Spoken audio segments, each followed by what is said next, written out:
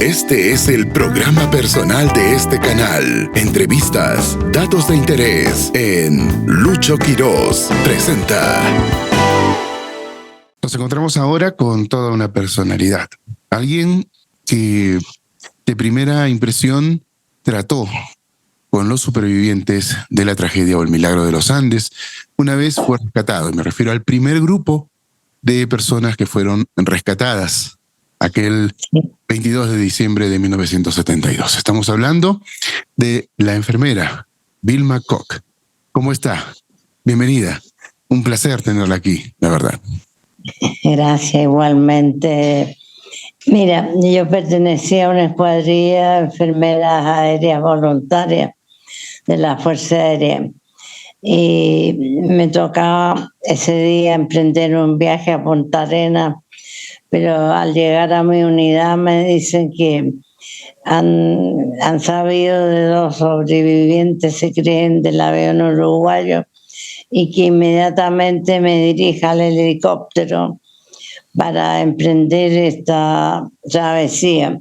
No alcancé a cambiarme ni ropa porque por eso aparezco vestida como más elegante, porque la premura era tan grande que me encaramé al helicóptero y partimos en dirección a los Maitenes con el comandante líder de este rescate. Era un día muy especial, con mucha neblina, muchos problemas, muchas turbulencias, y llegamos a una parte en que el comandante aterrizó para ver bien el lugar donde se podía comunicar con estos 2 sobrevivientes. Me bajé a cortar flores para llevarles, porque pensaba yo que habían muchos fallecidos. Pero yo estaba ligada anteriormente a esta tragedia o este milagro, como llaman, porque como yo trabajaba en el grupo de aviación número 10, de vuelta a la jornada diaria, varias veces me encontré con el papá de Carlos Páez Mirón.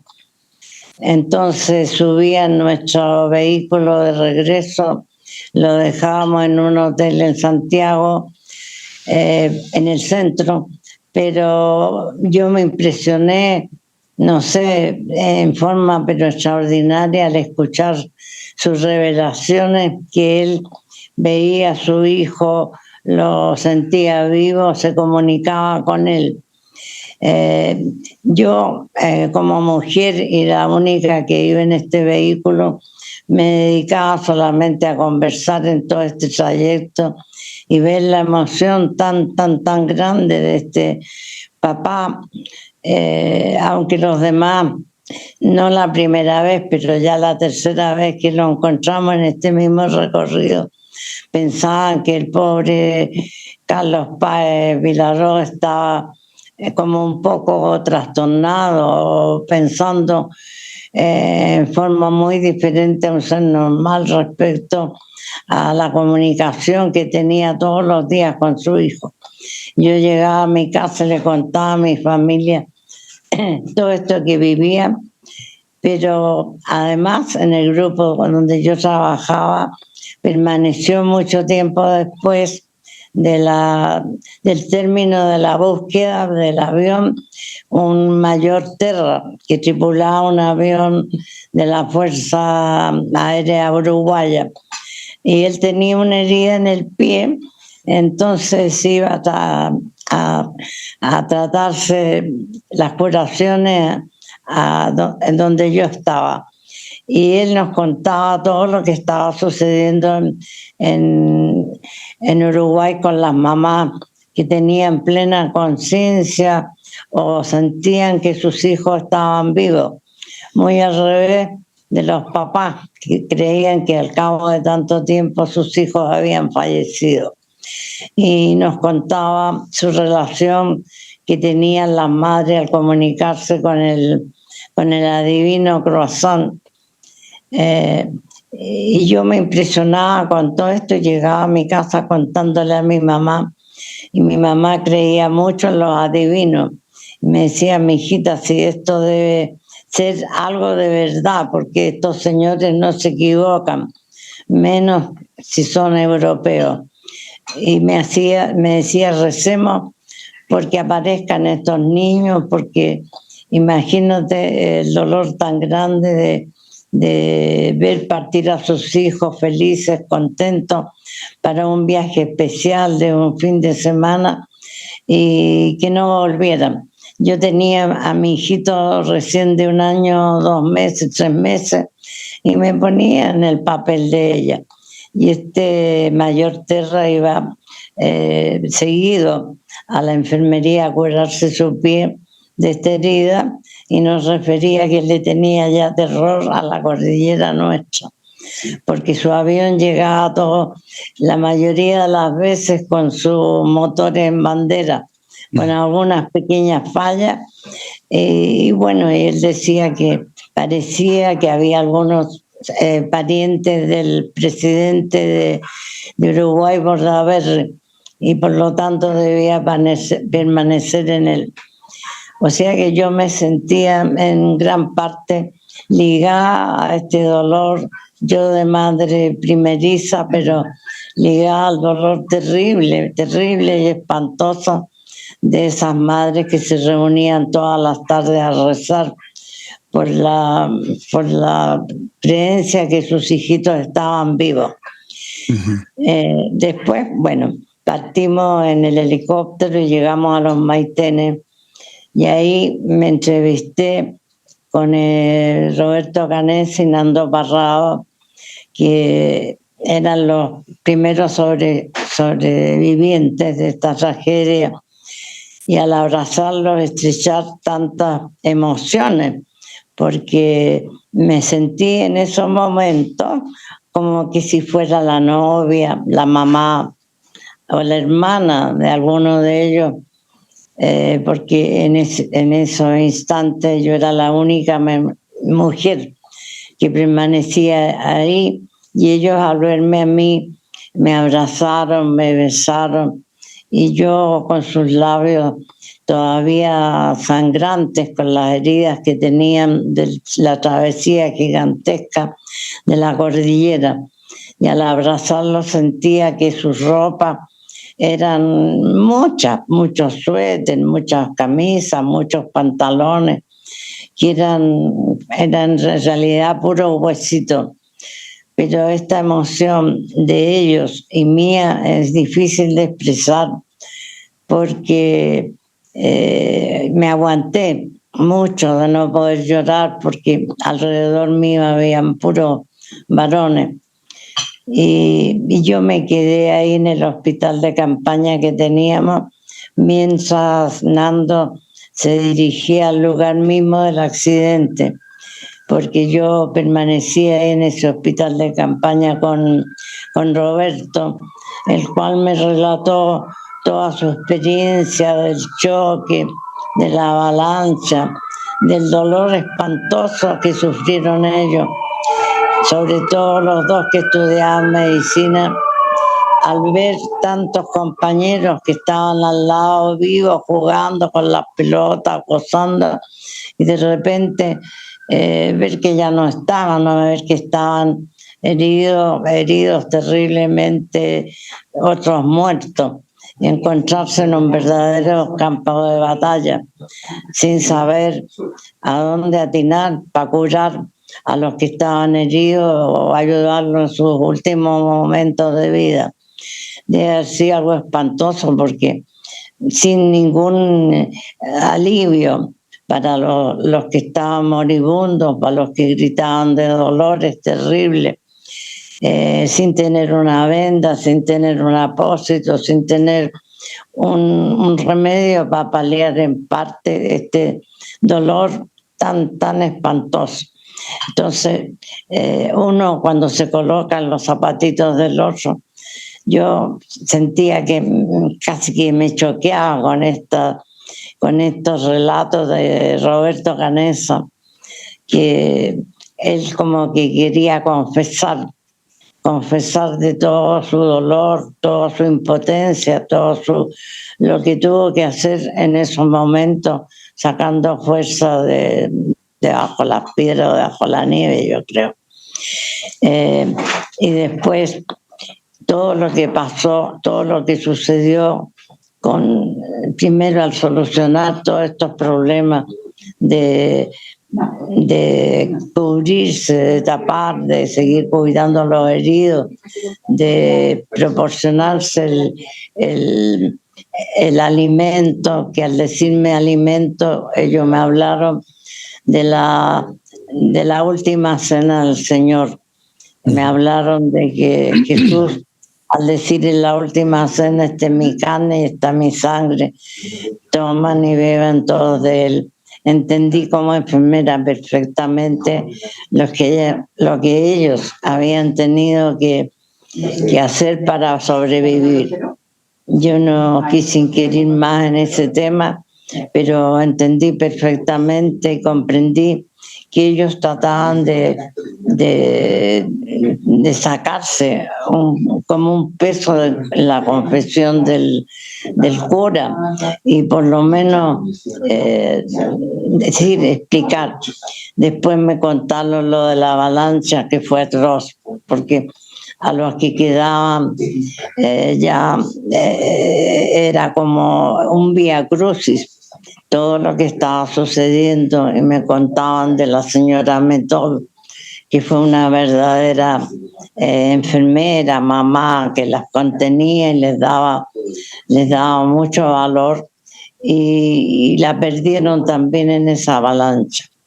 Después me relataron sintéticamente, por supuesto, cómo fue su tremenda travesía, cómo el sufrimiento de perder el terreno propio, el fuselaje del avión, de perder el apoyo de sus compañeros diarios, el perder como esa protección gigantesca de ese pobre fuselaje, pero al fin seguro en la noche, en la seguridad del piso, y atravesar esa cordillera durante tantos días que cada día era un verdadero martirio, como el frío, cómo se apoyaban espalda con espalda, brazo con brazo, uno con otro.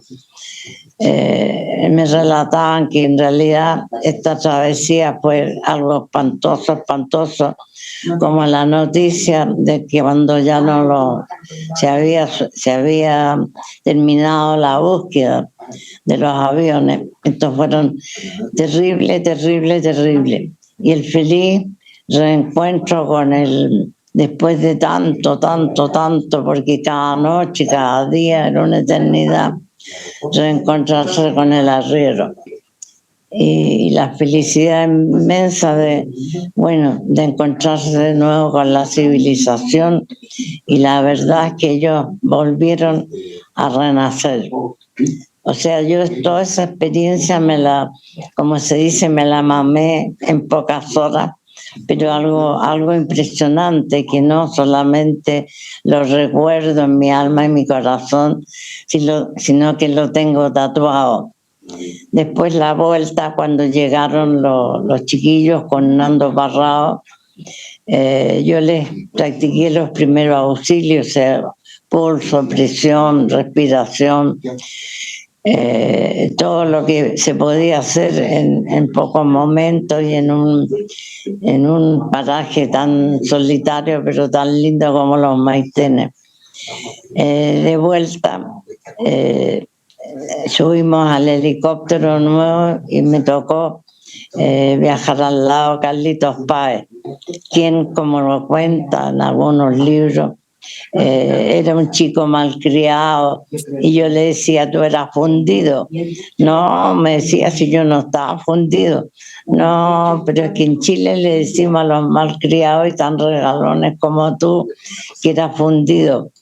Y me contaba que en su vida normal él era terriblemente exigente con el chofer o la cocinera de su casa. Si se le quemaba el queque, los retaba, si el auto no estaba tan limpio.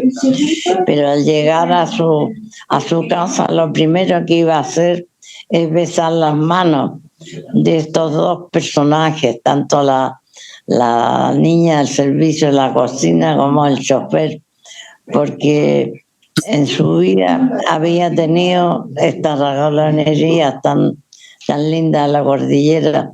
Por supuesto, el amor a su padre, a su madre, pero iba súper nervioso de vuelta al regimiento porque las turbulencias eran muy grandes y se sobrevolaba sobre el río solamente porque mucha neblina, muy mala.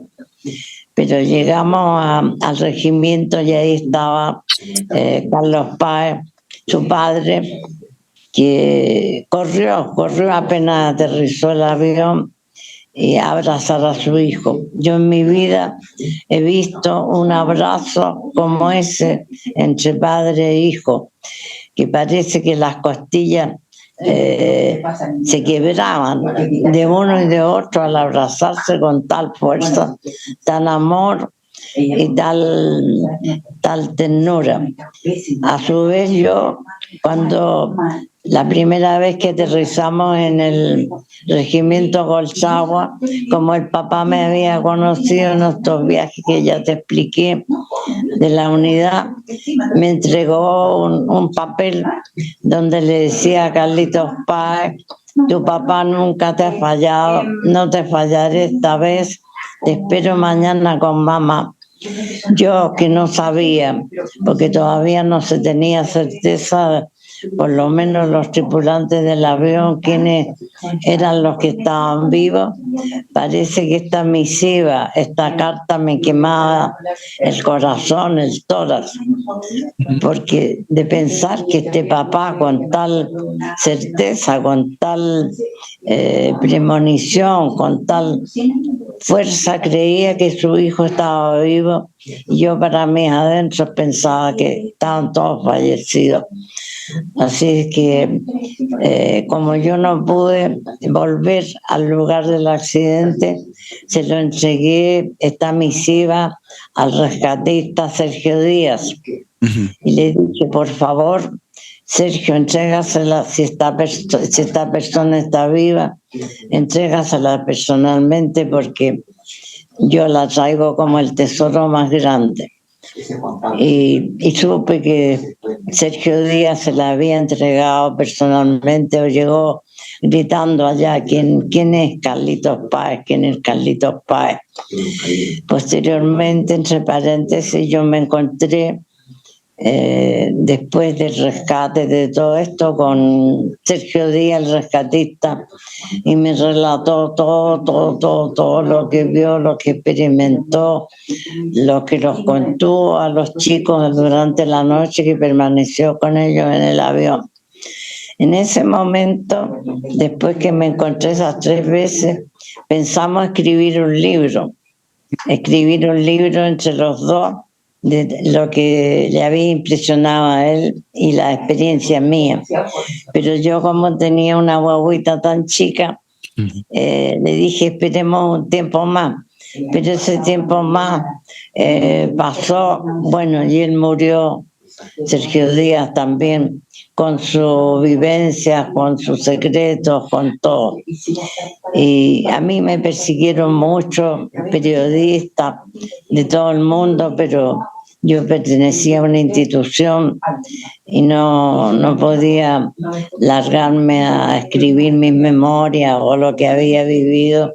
Además, estaba criando a mi guaguita, que era muy chica, y se la encargaba a mi mamá. Pero todo esto sucedió, como te digo, con tanta emoción de mi parte. En el mes de María, mi mamá me decía: mi hijita, recemos el mes de María por estos jóvenes, para que estas mamás encuentren a sus hijos tan queridos y sean la felicidad de ella y de los padres. Como te digo, quedó tan grabado, y yo recuerdo, a pesar de los 50 años que han sucedido, que lo tengo como si fuera ayer. Y yo, a lo largo, lo más lindo, que he mantenido una relación bien cercana, primero con el arriero, por supuesto, hasta que murió hace 2 años y tanto, yendo al funeral, conociendo a las chicas, a las mellizas de más chicas, y con Roberto Canessa mantenido una relación muy linda, que él incluso dice que yo soy su mamá chilena. Ahora hace poco, para el Día del Padre, nos contactamos y me pone a mi mamá Vilma. Entonces, en la historia de mi vida los tengo, pero ya tan presentes como si fueran mi otra familia, al verlos lejos, pero distantes, pero cercanos en mi corazón, en mi alma, en mi espíritu. Y yo hablaba tanto después que creció mi hijo, hablaba tanto de los uruguayos en los pequeños momentos dolorosos, tristes que uno tiene, tomando fuerza y tratando también subir mis cordilleritas, pero hasta ahora que mi hijo ya es un hombre ya hecho y derecho, él decía, cuando me encontraba triste me decía, no vinieron los uruguayos. Y cuando estaba contenta me decía, ya vinieron todos uruguayos. Y hasta el día de hoy él sigue con ese predicamento de que si vienen o no vienen los uruguayos. Yo los tengo en mi corazón y el año pasado estuve con ellos en Maitene. Estuve con Roberto y con Gustavo Servino, a quien aprecio mucho también. Con Laurita mantenemos una relación distante pero muy cariñosa. Si tú quieres hacerme otra pregunta, encantada y dispuesta a contestarla. Encantado también, no le he interrumpido porque todo lo que dice usted es sumamente valioso y en realidad era también lo que era necesario escuchar. Y he seguido atento, embelesado con la historia que nos ha contado. Hay momentos y hay pasajes en los que, digamos, se convierten en históricos también. Y uno de ellos fue, si no hubiese sido así, seguramente no hubiesen podido ubicar los restos del fuselaje, del avión, mejor dicho. Y fue cuando Nando Parrado tuvo que viajar nuevamente hasta ese lugar en un helicóptero. Nando alguna vez dijo que lo subieron, que él no subió por su cuenta.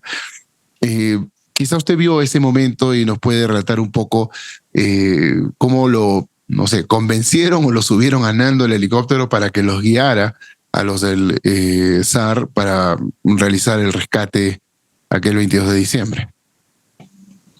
Bueno, de los Maitenes, el encuentro fue con los dos, pero decidieron, como Roberto estaba un poco más delicado, que fuera Fernando Parrado.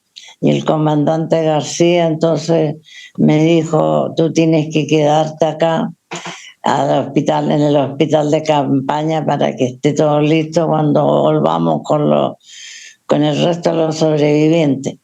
Me dio mucha pena no poder seguir el viaje hacia donde estaban el accidente mismo y el fuselaje, el resto.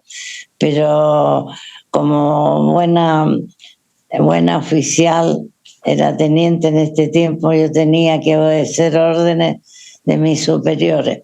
Así que le entregué, lo fui a dejar al rescatista, al helicóptero, y le entregué la misiva con gran emoción y preocupada por el mal tiempo que había, por las turbulencias terribles y por todo lo que iban a tener que sufrir los tripulantes que iban en ese helicóptero, el UH-89, que era el líder de la patrulla y del rescate de ese día de diciembre, víspera de la Pascua, que fue el regalo más lindo para todos los chilenos, el regalo de Pascua, de recibir de nuevo a estos chiquillos. Pero fue muy emocionante la despedida, que todo fue tan rápido, pero sobre todo ahí iba la misiva que le mandaba Carlos Páez Vilaró a su hijito Carlito.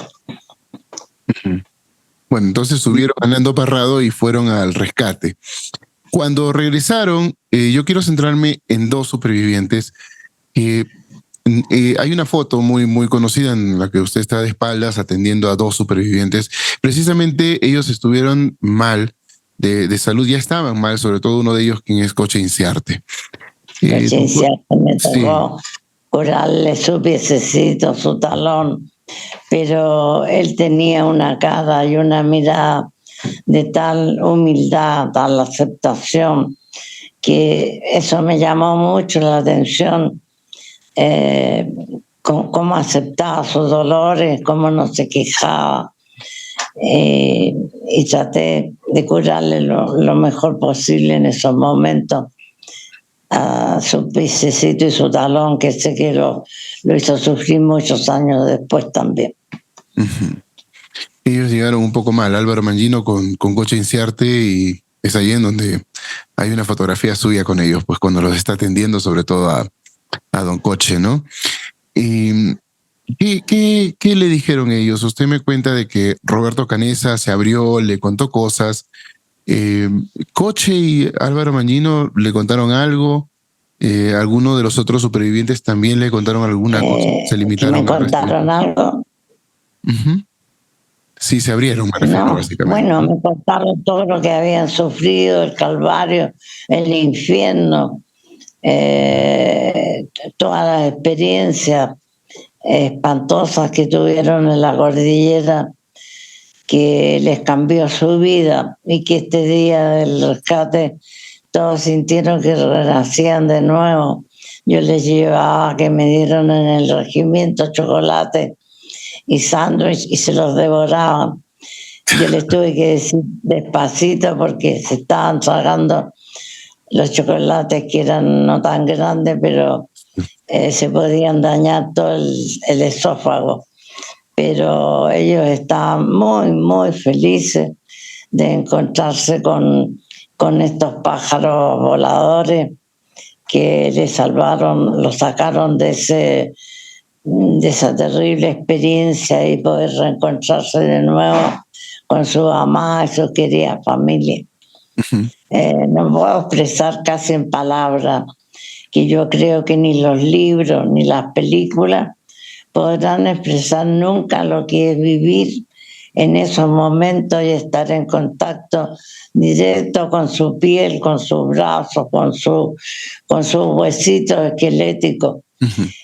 Es muy difícil expresar. Yo creo que no hay películas, ni libros, ni nada que pueda demostrar este dolor y a la vez esta alegría de encontrarme yo en esta situación, y bendecida por Dios de haber vivido esto, al cual ya estaba ligada sentimentalmente tanto tiempo atrás. Claro. Era imposible que estuviesen vivos. Era lo más lógico en realidad, ¿no? Tomando en cuenta también todos los demás accidentes que se suscitaron en la cordillera de los Andes, en donde no hubo supervivencia. Cuando usted mencionó a Sergio Díaz, habló acerca de que Sergio les contó acerca de lo que pasó, de lo que él vivió allá arriba, porque fue el único que se quedó también en el fuselaje pasando una noche con ellos. ¿Hay algo que fuera de lo confidencial usted pueda contarnos acerca de lo que él conversó con usted? No, confidencial. Fuera de lo confidencial, no quiero que me cuente los secretos, obviamente, sino lo que puede usted contar. No, el secreto, tal como lo dice la palabra, es secreto, y se va con uno hasta la muerte. Uh-huh. Pero Sergio Díaz, para él fue una noche maravillosa, en que les dio sopita, hasta hierba creo que llevaba, los contó y le recitó esa poesía tan linda que algunos recuerdan, que es la rosa blanca, que cultivo una rosa blanca en junio como en enero, al amigo sincero que me da su mano franca. y al que me arranca el corazón con que vivo, ni cardos ni ortigas cultivo una rosa blanca. Ellos les impresionó mucho esto, y yo, como él me la dijo las 2 veces que nos juntamos después, también me la grabé porque encontré tan lindo y tan linda la experiencia que tuvo él de vivir esa noche junto a los que quedaban en el fuselaje. Pero desgraciadamente también Sergio Díaz vivió poco tiempo después y no alcanzamos a escribir el libro. Nos quedamos con las ganas. Yo, por último, es lo último que me falta. Tuve un hijo, he plantado varios arbolitos y me falta escribir el libro. Perfecto. Señora Vilma, le voy a hacer la última pregunta porque esto es algo que para los propios supervivientes tiene distintos significados. Para uno fue la historia, para otro la odisea, para otro fue la tragedia. Para Hernando Parrado fue un milagro, pero yo lo que quiero saber es, después de que usted los vio desde otro lado, una vez rescatados, conversó con ellos, y tomando en cuenta los 50 años, ¿para usted hubo milagro? Para mí no es solo un milagro, sino son 3 milagros. Primero, el aterrizaje de los 136 metros en esa pista de que no hubo rocas por el exceso de nieve, que si se hubiera tocado con un tropiezo se habría desintegrado el avión. Para mí eso es un milagro en una cordillera que hacían 50 años que no nevaba como este año. Segundo milagro es la nieve, el tremendo accidente del derrumbe de la nieve que se voltó bajo 3 metros de nieve a los sobrevivientes y pudieron librarse dejando varios muertos de sus mejores amigos de nuevo. Para mí eso es un milagro. ¿Cómo pudo Dios lograr que salieran con vida los que sobrevivieron? Y tercero, la travesía de la cordillera, que según me relataban fue espantosa, terrible, sin ningún elemento para escalar, en que veían picos y picos y más picos de montañas nevadas, y que llegara la noche cada día era como un año, pensando que cada uno de ellos podía quedarse perdido y helado en la cordillera como seguía el otro. O sea, era la muerte, estarla mirando día a día y pensando en sus familiares, sobre todo Hernando Parrado, que había perdido a su mamacita y a su hermanita, y su papá creía que había perdido toda su familia. Y Roberto pensando en los que habían quedado, los otros 14 compañeros, esperanzados en que ellos llegaran a final a buen término y pudieran salvar sus vidas. Entonces, para mí, honradamente te digo, esta tragedia es un verdadero milagro, pero contenido como la Santísima Trinidad, 3 milagros en uno. Uh-huh. Y yo creo que el trabajo de ellos en equipo, la formación cristiana, la organización, la disciplina y todo, la juventud de ellos es lo que los ayuda a sobrevivir esta terrible experiencia, pero feliz retorno a la casa de sus familiares para abrazarlos y besarlos, a sus madres, sus hermanos, sus novias y todo. Y lo más lindo es que yo he mantenido, como te contaba, relación tanto como la familia de Larriero como la de Caneso y Gustavo Servino, esas 3 personas especialmente. Y cada vez que han venido a Chile yo he estado en contacto con ellos, siempre me han llamado y hemos estado juntitos todos, reviviendo esos momentos tan terribles, pero tan lindos en general. Como te digo, esta es mi experiencia, que en pocas palabras puedo manifestar lo impactante que fue para mí.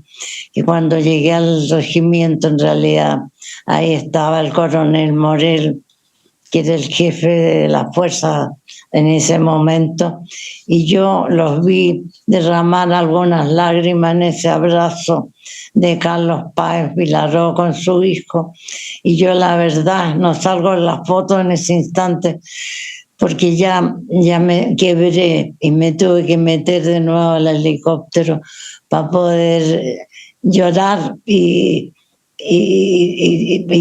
aliviarme un poco de la contención, de la emoción, de todo lo que había vivido en pocas horas. Y no te voy a decir, cuando llegué a la casa, las rosas de mi jardín, que eran de un porte normal, cuando llegué las veía gigantescas. La figura de mi hijo ya no era mi guagua, sino que era como un niño Dios. Y la emoción de mi mamá, que había tenido junto con las mamás uruguayas tanta esperanza y tanto deseo de encontrar a sus hijos, y nos abrazamos las dos, pero yo no pude hablar.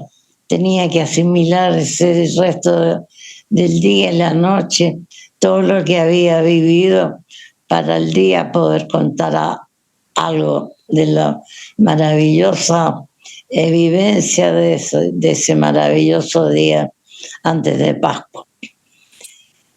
Bueno, la verdad es que a usted le ha tocado no solamente ser esos protagonistas silentes e importantes dentro de la historia, sino también es usted albacea tanto de secretos como de una parte de la cual los supervivientes no son testigos, porque lo vivieron, pero usted lo vio desde afuera. Usted los atendió, usted los escuchó. Fue esa persona que ellos tomaron como referencia para abrirse, para contarles a usted de primera mano lo que habían vivido.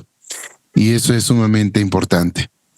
Y como usted dijo, los secretos son, así que seguirán siendo secretos.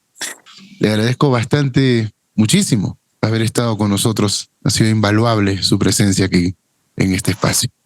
Muchas gracias, doña Vilma. Yo encantada de haberte conocido por este medio y encantada también de ser admiradora de tu país, de la cual mi hijo tiene sus raíces y yo he ido a conocer Lima, Cusco, Machu Picchu, y soy admiradora de la cultura de ustedes.